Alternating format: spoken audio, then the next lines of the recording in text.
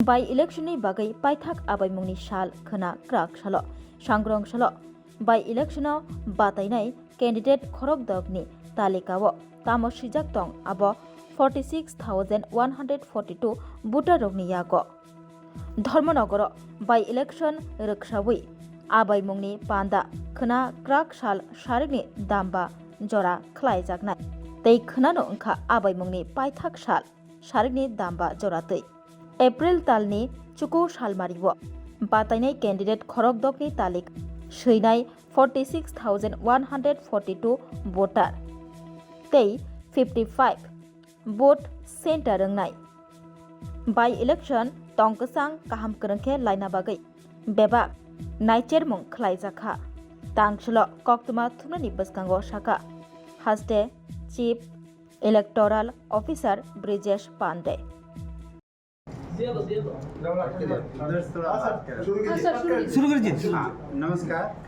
जैसा आप जानते हैं कि 56 धर्मनगर असेंबली कंस्टिट्यूंसी में बाई इलेक्शन हो रहा है और उसी के बारे में आज हम लोगों ने सोचा कि थोड़ा सा आपसे ब्रीफिंग दे दें कि हमने क्या तैयारियां किया है, क्या स्थिति है और उसके बाद अगर कुछ होगा तो फिर अगर कोई बात होगी, क्वेश्चन होगा तो हम जरूर लेंगे। तो आप जैसा जानते हैं कि इलेक्शन कमीशन ऑफ इंडिया ने 15 मार्च को इलेक्शन अनाउंस किया था और उसके बाद नॉमिनेशन 16 मार्च से शुरू हो गए थे। जो पोल होगा वो जो है 9 अप्रैल 2025 को 7 बजे सुबह से लेकर 5 बजे शाम के बीच में होगा और जो कैंपेनिंग पीरियड है वो कल 7 अप्रैल को 5 बजे समाप्त हो जाएगी। काउंटिंग जो होगी 4 मई 2025 को सुबह 8 बजे शुरू होगी रिटर्निंग ऑफिसर के पास। आप जैसा जानते हैं कि 6 कैंडिडेट जो फाइनली इसमें कंटेस्ट कर रहे हैं और जो हमारी जो पोलिंग टीम है तो जो है वो Dharmanagar government girls high school से रवाना होगी और सारे सिक्योरिटी अरेंजमेंट और जो स्ट्रॉन्ग रूम की रक्षा करना है सब ऑलरेडी अरेंजमेंट किए जा चुके हैं।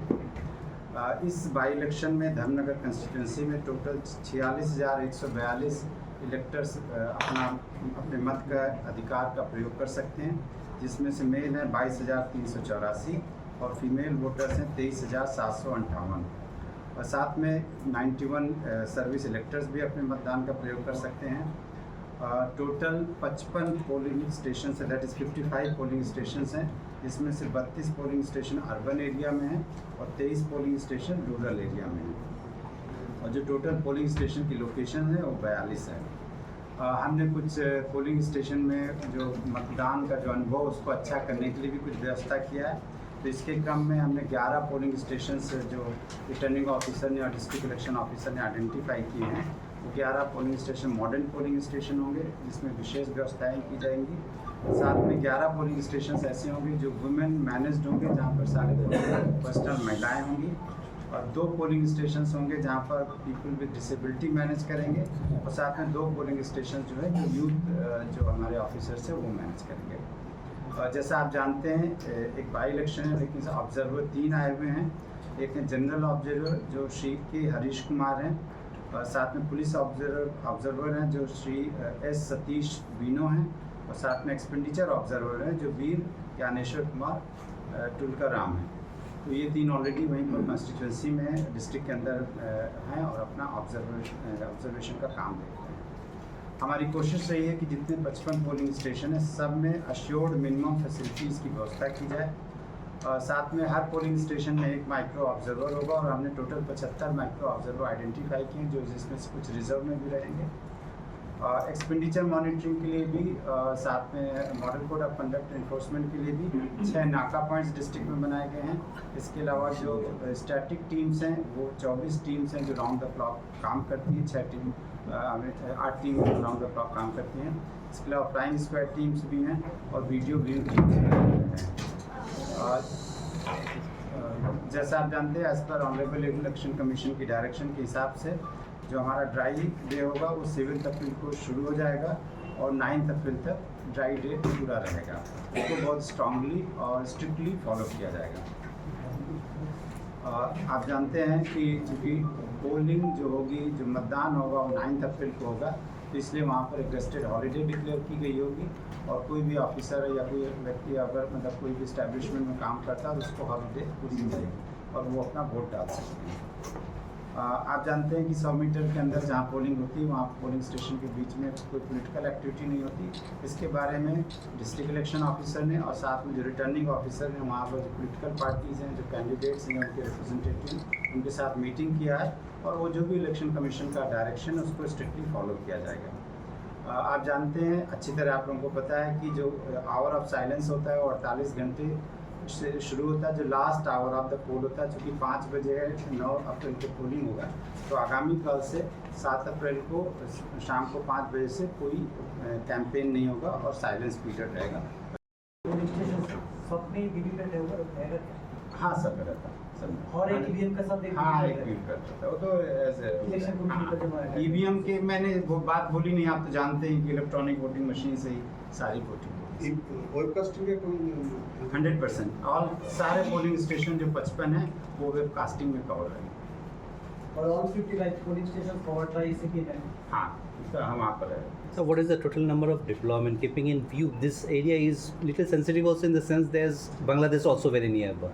हाँ, नहीं, जो देखिए, जो आपकी बात है वो सेंसिटिविटीज़ को हम लोग ध्यान में रखते हैं। उसके हिसाब से पुलिस एडमिनिस्ट्रेशन ने ऑब्जर्वर के साथ मिलके और जो वहाँ पर लोकल पॉलिटिकल पार्टीज रिप्रेजेंटेटिव उनके साथ में एक डिप्लॉयमेंट प्लान बनाया। उसी डिप्लॉयमेंट के हिसाब से स्ट्रेटजिक को ध्यान में रखते हुए कंसर्न्स को, जो हमारी कंसर्न्स है, कुछ एडमिनिस्ट्रेशन की कंसर्न है, कुछ पब्लिक की कंसर्न है, जो पॉलिटिकल पार्टीज़ की कंसर्न है, कैंडिडेट की कंसर्न में ध्यान में रखते हुए ऑब्जर्वर की नॉलेज में रहते हुए ये एक प्लान बनाया गया। उसी के हिसाब से हम लोग उस प्लान को, वो डिप्लॉयमेंट को एग्जीक्यूट करेंगे।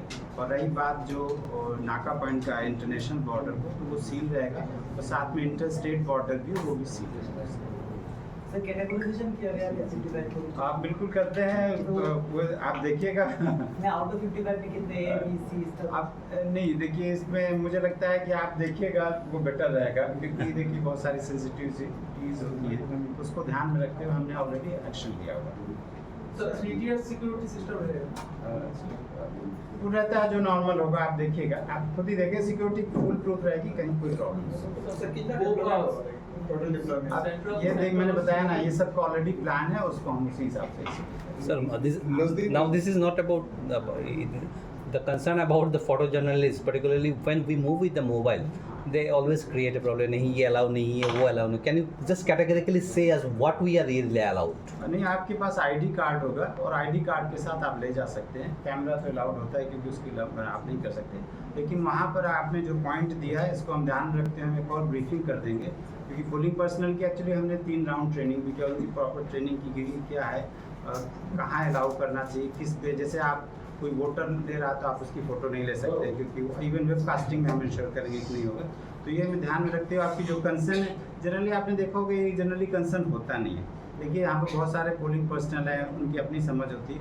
हमने कोशिश की है कि आपको ऑलरेडी आईडी कार्ड एडवांस में, I think No, the problem what comes, sir, I am telling you exactly what we face. Her election Someone, में ये होता है। I am telling you, whoever is voting, you can never get that shot because it is totally a covered area. But at the persons, we can see the head of that person voting. We need that shot to be everywhere. It is allowed, but here they say नहीं, वो तो आप ले ही नहीं सकते। घर का polling station का अंदर का भी शॉट नहीं ले सकते, मना कर देते हैं।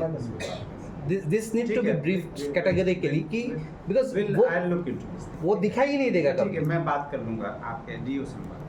अच्छा, असम में भी तो इलेक्शन है उसकी। हाँ, नहीं, इंटर स्टेट बॉर्डर में सिक्योरिटी के बारे में कुछ नहीं, मैंने बताया कि बॉर्डर सील रहेगा उस दिन, बॉर्डर सील। साथ में जो एग्जिट पोल या ओपिनियन पोल है, आप जानते हैं कि जो साइलेंस पीरियड शुरू हो जाता है, यानी कि उस पर मतलब एग्जिट पोल आप ड्यूरिंग दिस मतलब पब्लिश नहीं कर सकते हैं। तो मैं उसका प्रोविज़न भी पढ़ देता हूँ। Under subsection 1 of section 126A of RP Act 1951, the Election Commission, having regard to the provisions of subsection 2 of said section, hereby notifies that the period between 7 a.m. on 9th April, Thursday, and 6:30 p.m. on 29th April 2028, Wednesday, as the period during which publishing or पब्लिसाइजिंग exit poll by means of print, electronic media, any media, वो total band है। ये आप लोगों की knowledge में, but हम उसको फिर भी रिपीट कर रहे हैं, जिससे कि अगर कहीं पे गैप रह जाए तो आपको श्योर पता रहना चाहिए। और साथ में 48 घंटे के अंदर जो होता है उस पर कंप्लीट रिस्ट्रिक्शन ऑन होगा कि कोई भी पॉलिटिकल फंक्शनरीज कंस्टिट्यूंसी में नहीं रुक सकता है, उनको 48 घंटे पहले ही बाहर आना होगा और कोई कैंपेन नहीं होगी। आप जानते हैं कि मतदान में जाने के लिए ऑलरेडी फ़ोटो रोल होता है वहाँ पर, और साथ में एक न एक कोई फ़ोटो आईडी कार्ड लेना होता है। उसके लिए आप जानते हैं कि जो इलेक्ट्रॉनिक फ़ोटो आइडेंटिटी कार्ड है उसको लेके जाना है, तभी आप मतदान कर पाएंगे जो भी वोटर हैं। लेकिन अगर किसी कारणवश किसी के पास कोई कार्ड नहीं है तो उसके लिए भी कमीशन ने कुछ गाइडलाइंस दिया है कि कौन कौन से आईडी कार्ड को यूज़ किया जा सकता है। उनके नाम मैं पढ़ देता हूँ।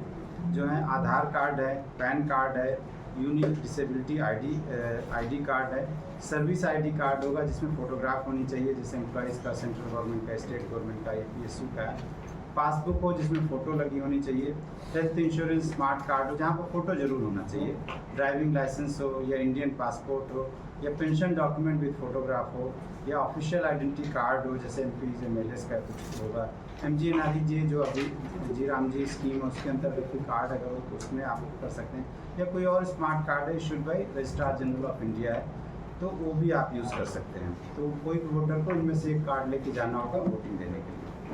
और साथ में जो जितने पोलिंग स्टेशन है सारे जगह हम लोगों ने इंश्योर किया कि वेबकास्टिंग की व्यवस्था है और सारे 55 पोलिंग स्टेशन वेबकास्टिंग में कवर्ड रहेंगे।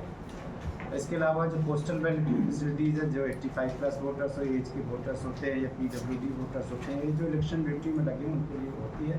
तो उसका ऑलरेडी आप जानते हैं कि जो PWD वोटर्स हैं या सीनियर सिटीजन्स हैं उनको हमने 31 मार्च 2026 से 1 अप्रैल 2026 और 2 अप्रैल 2026 को व्यवस्था की थी होम वोटिंग के लिए, वो ऑलरेडी कंप्लीट हो चुकी है। और साथ में फैसिलिटेशन सेंटर भी खोला गया था जो इलेक्शन ड्यूटी में जो लोगों उनको 3 अप्रैल और 4 अप्रैल को किया गया था, जिसमें वोटिंग भी हुई है। तो उसकी जो संख्या है मैं बता देता हूँ कि हमको इलेक्शन ड्यूटी फॉर्म में जो ऑफिशियल्स इलेक्शन ड्यूटी में उनकी 169 हमें पोस्टल बैलेट की रिक्वेस्ट मिली थी, 169 इशू हुए और उतने ही वोट कास्ट हुए।